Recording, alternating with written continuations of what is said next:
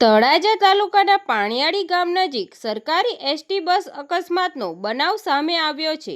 પાણિયાળી પાસે ST bus અચાનક ખાડિયામાં ખાબકી હતી. બસ ખાડિયામાં ખાબકતા બસમાં સવાર આશરે 15 જેટલા મુસાફરોને નાની મોટી ઈજાઓ પહોંચી હોવાનું પ્રાથમિક માહિતીમાં સામે આવ્યું છે. ઈજાગ્રસ્ત મુસાફરોને તાત્કાલિક સારવાર અર્થે ભાવનગર હોસ્પિટલ ખસેડવામાં આવ્યા.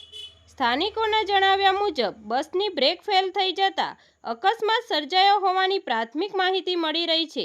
જોકે અકસ્માતનું ચોક્કસ કારણ સત્તાવાર તપાસ બાદ જ સામે આવશે. ઘટનાની જાણ થતાં જ સ્થાનિક લોકો મોટી સંખ્યામાં ઘટના સ્થળે દોડી આવ્યા હતા અને ઈજાગ્રસ્તોને બહાર કાઢવા સહિતની રાહત કામગીરીમાં મદદરૂપ બન્યા હતા. અકસ્માતમાં કોઈ જાનહાનિ થઈ છે કે કેમ અને અકસ્માતનું ચોક્કસ કારણ શું છે તે અંગેની વધુ વિગતો સત્તાવાર તપાસ બાદ સામે આવશે. તંત્રી મહેબૂબ રફાઈ સાથે રિપોર્ટર અયુબ રાઠોડ, તપસ્વી ગુજરાત ન્યૂઝ, ભાવનગર.